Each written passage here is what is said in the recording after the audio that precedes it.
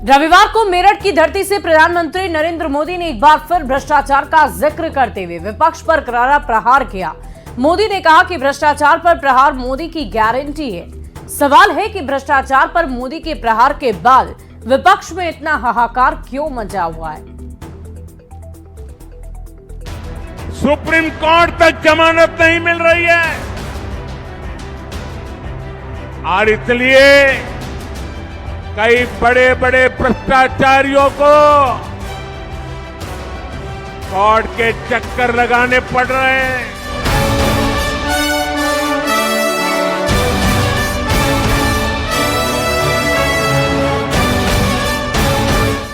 लोकसभा चुनाव का सियासी अखाड़ा सज चुका है।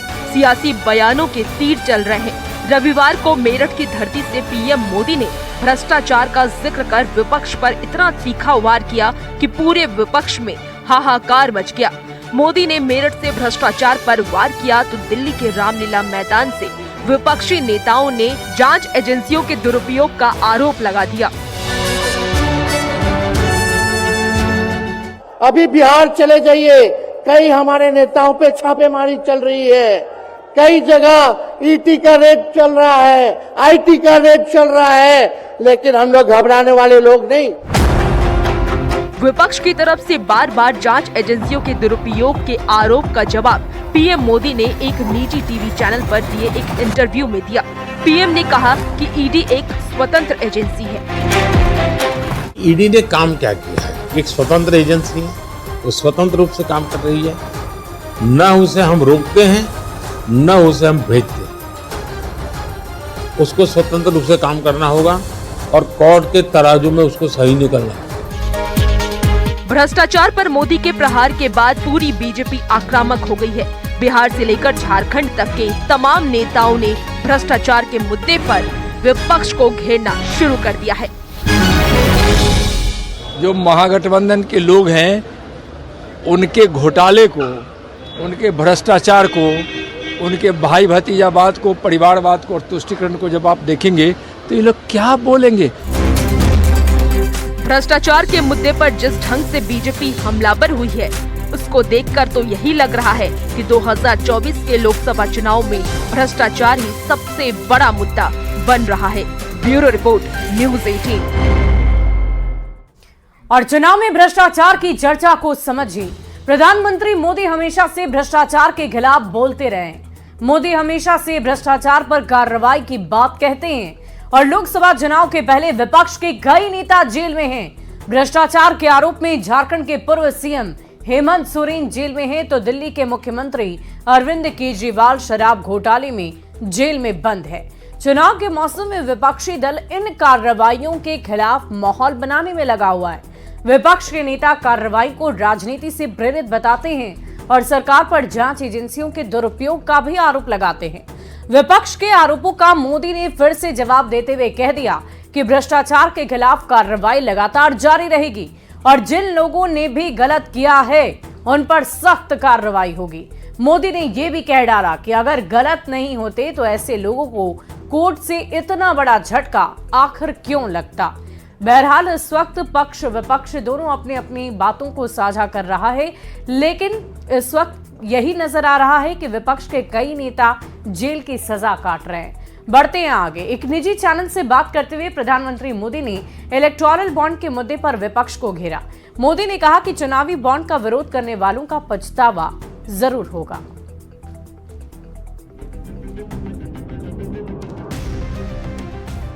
इलेक्टोरल बॉन्ड को असंवैधानिक करार दिए जाने के सुप्रीम कोर्ट के फैसले के बाद विपक्ष ने जमकर हो हल्ला मचाया था, जिसका जवाब प्रधानमंत्री मोदी ने एक निजी टीवी चैनल को दिए इंटरव्यू में दिया। पीएम मोदी ने चुनावी बॉन्ड के मुद्दे से सरकार को झटका लगने की बात को पूरी तरह से खारिज कर दिया। पीएम ने कहा, इस विषय पर हंगामा करने वाले लोगों को पछतावा होगा। क्या किया है कि जिसके कारण मुझे सेटबैक हो? मैं पक्का मानता हूं जो लोग इसको लेकर के आज नाच रहे हैं और गर्व कर रहे हैं, वो पछताने वाले हैं। मैं जरा पूछना चाहता हूं इन सभी विद्वानों को कि 2014 के पहले जितने चुनाव हुए, चुनाव में खर्चा तो हुआ ही होगा ना, बिना खर्चा नहीं। कौन एजेंसी है जो मुझे बता पाएगी कि पैसा कहां से आया था, कहां गया और किसने खर्च किया? पीएम ने कहा, कोई भी प्रणाली बिल्कुल सही नहीं होती, कुछ खामियां हो सकती हैं जिन्हें दूर किया जा सकता है। पीएम ने कहा, उनकी सरकार की चुनावी बॉन्ड योजना के कारण ही चंदे के स्रोतों और इसके लाभार्थियों का पता लगाया जा सका। ये तो मोदी ने इलेक्ट्रॉल बॉन्ड बनाया था, इसके कारण आज आप ढूंढ पा रहे हो कि पैसा बॉन्ड किसने लिया, कहां दिया, कैसे, वरना तो पहले तो पता ही नहीं था, चुनाव का तो खर्चा होता था। आज आपको ट्रेल मिल रहा है क्योंकि इलेक्ट्रॉल बॉन्ड थे, कोई व्यवस्था पूर्ण नहीं होती, कमियां हो सकती है, उसकी कमियों को सुधारा जा सकता है। कम से कम इलेक्ट्रॉल बॉन्ड होता तो आपके पास जानकारी होती है, यहाँ से यहाँ गया, यहाँ गया, यहाँ गया। बता दें, सरकार ने 2017 में इलेक्टोरल बॉन्ड योजना की घोषणा की थी, जिसे 29 जनवरी 2018 को कानून के रूप में लागू किया गया। 15 फरवरी 2024 को सुप्रीम कोर्ट ने गुमनाम तरीके से चंदा देने वाले इलेक्टोरल बॉन्ड योजना को असंवैधानिक बताते हुए रद्द कर दिया था। तब से विपक्ष लगातार इस मुद्दे पर सियासत करने में लगा है, जिसका जवाब प्रधानमंत्री ने दिया है। Bureau report, news 18। और अब आप ये समझिए कि जब इलेक्टोरल बॉन्ड नहीं था तब चंदा कैसे आता था और किन समस्याओं को दूर करने के लिए ये योजना लाई गई थी। दरअसल राजनीतिक फंड में पारदर्शिता लाने के लिए इस योजना को लाया गया। पॉलिटिकल डोनेशन में ब्लैक मनी को रोकने के लिए इस योजना को लाने का सरकार ने दावा किया था। सोच तो यही थी कि राजनीतिक फंडिंग में 2 स्तर पर पारदर्शिता आएगी। पहला, चंदा देने वाले के अकाउंट में रिफ्लेक्ट होगा कि उसने कितने इलेक्टोरल बॉन्ड खरीदे, और दूसरा कि राजनीतिक पार्टी को भी बताना होगा कि उसे कुल कितना चंदा मिला है। क्योंकि पहले चेक के जरिए राजनीतिक दलों को पैसा मिलता था, राजनीतिक दल चंदा देने वाले का नाम और राशि चुनाव आयोग को बताया करते थे, और ऐसी स्थिति में बहुत बड़े कॉर्पोरेट चेक से चंदा देने से बच जाते थे। यही वजह है कि अज्ञात स्रोत से राजनीतिक दलों को ज्यादा चंदा मिलता था। 2023 में सरकार ने सुप्रीम कोर्ट को बताया था कि 2004 और 5 से 14 और 15 के बीच राजनीतिक दलों की 69% आय अज्ञात स्रोत से हुई है। मतलब ये चंदा कैश में मिला था और बैंकिंग सिस्टम से बाहर रहता था। इस कारण ऐसे चंदे को ब्लैक मनी माना जा सकता है, जिसको रोकने के लिए सरकार ने इलेक्टोरल बॉन्ड योजना की शुरुआत की थी। हालांकि विपक्ष ने इस पर बहुत सारे सवाल किए और फिलहाल इसे रोक दिया गया है। लोकसभा चुनाव से पहले दक्षिण भारतीय राज्य तमिलनाडु के पास पड़ने वाले कच्चा तीवू द्वीप को लेकर सियासत काफी तेज हो गई है। प्रधानमंत्री नरेंद्र मोदी ने रविवार को कांग्रेस पर निशाना साधते हुए कहा कि कांग्रेस ने भारत की एकता को कमजोर कर दिया है। आखिर क्यों कच्चा तीवू द्वीप पर तेज हो गई है सियासत, देखिए इस रिपोर्ट के जरिए।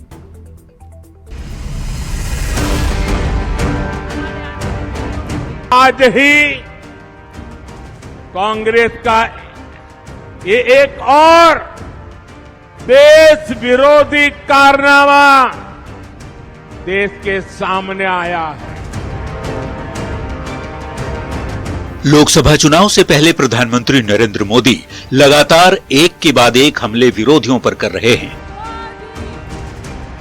अब पीएम मोदी ने कांग्रेस पर एक नया और बेहद ही गंभीर आरोप लगाया है, जिस पर देश भर में सियासी बहस छिड़ गई है। रविवार को मेरठ से चुनावी शंखनाद करते हुए पीएम मोदी ने तमिलनाडु के कच्चतीवू द्वीप की बात करते हुए इसे श्रीलंका को यूं ही सौंप दिए जाने का आरोप पूर्व की कांग्रेस सरकार पर लगाया। बोलते हैं कच्चा थीवू, ये द्वीप सुरक्षा की दृष्टि से बहुत महत्वपूर्ण है। देश आजाद हुआ तब हमारे पास था मां भारती का एक अंग। आजाद भारत में ये कांग्रेस के लोगों ने, इंडियन अलायंस के साथियों ने मां भारती का एक अंग काट दिया। कभी दक्षिण भारतीय राज्य तमिलनाडु का हिस्सा रहा कच्चतीवू द्वीप पर लोकसभा चुनाव से पहले सियासी घमासान छिड़ गया है। कांग्रेस की सरकार पर आरोप लगाते हुए जिस तरह से पीएम मोदी ने प्रहार किया है, उससे आने वाले समय में सियासत और भी तेज होगी। Bureau report, news 18। और कच्चा तीवू द्वीप पर तेज चुनावी चर्चा को आप भी समझ लीजिए। कच्चा तीवु द्वीप 350 एकड़ में फैला हुआ बहुत बड़ा द्वीप है। कच्चा तीवु द्वीप रामेश्वरम और श्रीलंका के बीच स्थित है और कच्चा तीवु द्वीप कभी भारत का हिस्सा हुआ करता था। दक्षिण भारतीय राज्य तमिलनाडु का हिस्सा रहा कच्चा तीवु फिलहाल ये द्वीप श्रीलंका के पास है। पीएम ने आरोप लगाया है कि 1974 में कांग्रेस की सरकार के दौरान कच्चा तीवु द्वीप को श्रीलंका को दे दिया गया और इसकी जानकारी एक आरटीआई के जवाब में सामने आई है। अब इस मुद्दे पर सियासत बहुत ज्यादा गर्मा चुकी है, सियासी घमासान मच चुका है।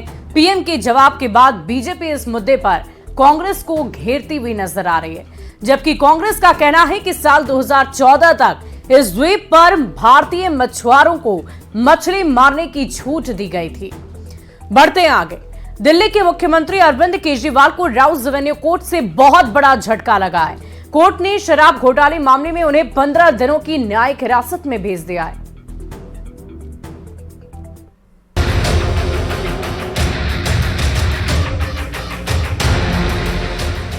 दिल्ली शराब घोटाला केस में ईडी के शिकंजे में फंसे दिल्ली के सीएम अरविंद केजरीवाल की मुसीबत और भी ज्यादा बढ़ गई है।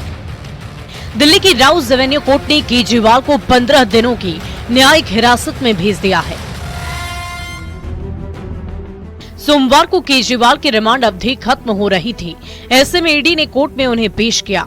सुनवाई के दौरान दलीलों को सुनने के बाद अदालत ने अरविंद केजरीवाल को 15 दिनों की न्यायिक हिरासत में भेज दिया। ईडी ने पूछताछ के लिए कोर्ट से ज्यादा दिनों के लिए न्यायिक हिरासत की अपील की थी, जिसे अदालत ने मंजूर कर लिया। 11 दिन उनकी पूछताछ हुई है, पूछताछ पूरी हो गई है। अदालत ने दोषी नहीं कहा, उनको जेल में क्यों डाला है? इन लोगों का एक ही मकसद है, इनको चुनावों में उनको जेल में डालना है। देश की जनता इस तानाशाही का जवाब देगी। कोर्ट में ईडी की तरफ से लगातार दलील दी जा रही है कि अरविंद केजरीवाल का रवैया सहयोग वाला नहीं है। वो लगातार ईडी को गुमराह करने की कोशिश कर रहे हैं। राउज एवेन्यू कोर्ट में सुनवाई के दौरान ईडी ने बताया कि इस केस के मुख्य आरोपी विजय नायर के बयान पर केजरीवाल ने कहा कि नायर उन्हें नहीं बल्कि आतिशी और सौरभ भारद्वाज को रिपोर्ट करते थे। केजरीवाल को अदालत से मिले झटके पर बीजेपी के नेता तंज कस रहे हैं। आज उनको 15 दिन के जुडिशियल कस्टडी में कोर्ट ने भेजा है, भारतीय जनता पार्टी ने नहीं। उनके पहले से जो जेल में साथी हैं, उनको बेल देना कोर्ट का काम है, भारतीय जनता पार्टी का नहीं।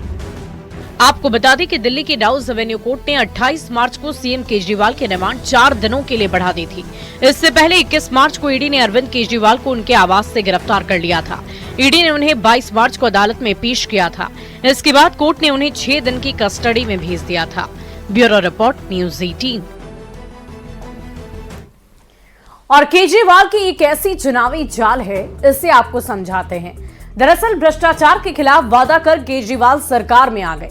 केजरीवाल ने बहुत सारी पारदर्शिता की बातें की, लेकिन आज खुद भ्रष्टाचार के आरोप से घिरे हुए हैं। बड़ी बात यह है, गौर फरमाने वाली बात यह है कि भ्रष्टाचार पर जीरो टॉलरेंस की बात वो एक बार नहीं बल्कि बार बार हर दफा करते थे। केजरीवाल इस वक्त जेल में हैं। जेल जाने के बाद भी केजरीवाल ने सीएम पद से इस्तीफा नहीं दिया। और यही नहीं, केजरीवाल परिवारवाद का विरोध कर राजनीति में आ गए, लेकिन जेल गए तो उनकी पत्नी एक्टिव हो गई। यही नहीं, वो उनकी ही कुर्सी पर बैठकर बयान भी जारी करने लगी। सवाल है कि कहां गया राजनीति में नैतिकता का दावा? अगर कुछ गलती नहीं तो कोर्ट से जरूर राहत मिल जाती, लेकिन बहरहाल वो इस वक्त जेल में सजा काट रहे हैं। बढ़ते हैं आगे। पप्पू यादव किसी भी हाल में पूर्णिया से दावेदारी छोड़ने को तैयार नहीं है। पप्पू यादव ने 4 अप्रैल को पूर्णिया से नॉमिनेशन का ऐलान कर दिया है, जबकि पूर्णिया सीट पर इंडिया अलायंस की ऑफिशियल उम्मीदवार बीमा भारती है। सवाल है कि क्या पप्पू यादव निर्दलीय चुनाव लड़ेंगे? हमने 4 तारीख को नेता के अपने दोनों नेता के विश्वास पर और पूर्णिया की जनता के भावना पर नॉमिनेशन डालने का, नामांकन करने का निर्णय लिया है। इंडिया अलायंस में सीटों का बंटवारा हो चुका है। पूर्णिया की सीट आरजेडी के खाते में चली गई है। आरजेडी ने बीमा भारती को पूर्णिया से उम्मीदवार घोषित कर दिया है, लेकिन पप्पू यादव है कि मानने को तैयार नहीं। दुनिया छोड़ देंगे लेकिन पूर्णिया नहीं छोड़ेंगे की बात कहने वाले पप्पू यादव ने 4 अप्रैल को पूर्णिया सीट से ही नॉमिनेशन का ऐलान कर दिया है। हमने 4 तारीख को नेता के अपने दोनों नेता के विश्वास पर और पूर्णिया की जनता के भावना पर नॉमिनेशन डालने का, नामांकन करने का निर्णय लिया है। सवाल है कि क्या पूर्णिया से निर्दलीय चुनाव लड़ेंगे पप्पू यादव? खैर, इस सवाल का जवाब तो 4 अप्रैल को ही मिल जाएगा। वैसे पूर्णिया से इंडिया अलायंस के उम्मीदवार और आरजेडी नेता बीमा भारती ने एक बार फिर पप्पू यादव से अपने नॉमिनेशन में शामिल होने की अपील की है। गार्जियन ने है तो अपील क्या करना है, हम तो आग्रह करेंगे नॉमिनेशन में आशीर्वाद देने के लिए वो हमारा आएंगे। बीमा भारती भले ही पप्पू यादव को गार्जियन बताएं, लेकिन पूर्णिया से अपनी दावेदारी खारिज होने से नाराज पप्पू यादव ने लालू प्रसाद पर इशारों ही इशारों में परिवारवाद का प्रहार कर दिया। मैं भी आपके ही परिवार का हिस्सा हूँ। मैं आज अपने परिवार में अपने ही 2-3-4 बच्चों को आप परिवार समझिए। आपसी सहमति के बाद सीट बंटवारे में पूर्णिया की सीट आरजेडी के खाते में गई है, यानी कांग्रेस नेतृत्व की भी फैसले में सहमति है। दूसरी ओर पप्पू यादव जिस ढंग से पूर्णिया से चुनाव लड़ने की जिद पर अड़े हैं, उसके बाद एक बार फिर सवाल पैदा होता है कि क्या पप्पू यादव पूर्णिया से निर्दलीय चुनाव लड़ेंगे? न्यूज़ 18 के लिए पूर्णिया से कुमार प्रवीण की रिपोर्ट। और चलिए अब आपको पूर्णिया पर पॉलिटिक्स को समझा देते हैं। इंडिया अलायंस में सीटों का बंटवारा हो चुका है। पूर्णिया सीट आरजेडी के खाते में है। टिकट की चाहत में पप्पू यादव कांग्रेस में शामिल हो गए। पप्पू यादव ने अपनी पार्टी का कांग्रेस में विलय करा दिया था। पप्पू यादव पूर्णिया से चुनाव लड़ना चाहते हैं, लेकिन पूर्णिया सीट आरजेडी के खाते में जाने से अलायंस में पप्पू का चुनाव लड़ना बेहद मुश्किल नजर आ रहा है, क्योंकि बीमा भारती पूर्णिया से गठबंधन की उम्मीदवार है। लेकिन पप्पू यादव किसी भी हाल में पूर्णिया से चुनाव लड़ना ही चाहते हैं। 4 अप्रैल को पप्पू यादव ने नॉमिनेशन का भी ऐलान कर दिया है और ऐसे में सवाल यही है कि क्या पप्पू यादव पूर्णिया से निर्दलीय चुनाव लड़ेंगे? ये तो देखने वाली बात होगी कि इसका ऐलान कब तक किया जाता है। लेकिन ये खबर पक्की है कि 4 अप्रैल को वो अपना नामांकन जरूर दर्ज करेंगे। लालू फैमिली की 2 बेटियां पहली बार एक साथ चुनावी मैदान में ताल ठोकने जा रही है। बड़ी बेटी मीसा भारती पाटलिपुत्र सीट से तो रोहिणी आचार्य सारण लोकसभा सीट से चुनावी रणभूमि में है। रोहिणी ने पिता लालू प्रसाद मां राबड़ी देवी के साथ सोनपुर में भगवान की पूजा अर्चना की और जनसंपर्क अभियान की शुरुआत कर दी है।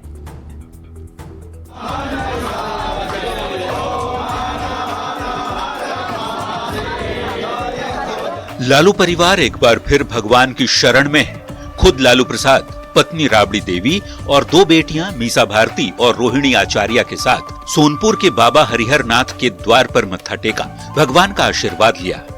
आरजेडी अध्यक्ष लालू प्रसाद की दोनों बेटियां एक साथ पहली बार चुनाव मैदान में उतरने जा रही हैं। मीसा भारती तो तीसरी बार पाटलिपुत्र सीट से चुनावी अखाड़े में है, पर लालू प्रसाद की तीसरी बेटी रोहिणी आचार्य पहली बार सारण लोकसभा सीट से बीजेपी उम्मीदवार राजीव प्रताप रूडी को टक्कर देने जा रही है।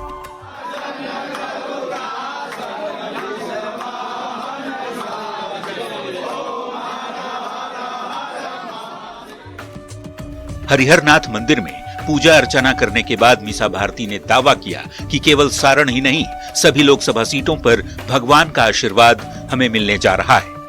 भारत से ही नहीं, बिहार के 40 सीट से महागठबंधन के सब जगह हमारे आशीर्वाद मिल रहा है। बेटी रोहिणी आचार्य लोकसभा चुनाव की तैयारियों में जी जान से जुट गई हैं। चुनावी मैदान में उतरने से पहले रोहिणी भगवान की शरण में पहुंची। मां, पिता और बड़ी बहन के साथ भगवान का आशीर्वाद लेने के बाद लगातार जनसंपर्क अभियान जारी रहने वाला है। रोहिणी आचार्य ने ही अपने पिता लालू प्रसाद को किडनी डोनेट किया था। लालू प्रसाद की बेहद लाडली बिटिया रोहिणी आचार्य को खुद लालू ने ही चुनाव मैदान में सारण सीट से उतारा है। सैकड़ों कार्यकर्ता मंदिर परिसर के बाहर लालू राबड़ी जिंदाबाद, रोहिणी आचार्य जिंदाबाद के नारे लगाते दिखे। इससे पहले पटना से निकलने के बाद जैसे ही रोहिणी का काफिला सारण जिले में प्रवेश किया, जगह जगह कार्यकर्ताओं ने नेताओं का जोरदार स्वागत किया। न्यूज़ 18 के लिए पटना से विनीता मिश्रा।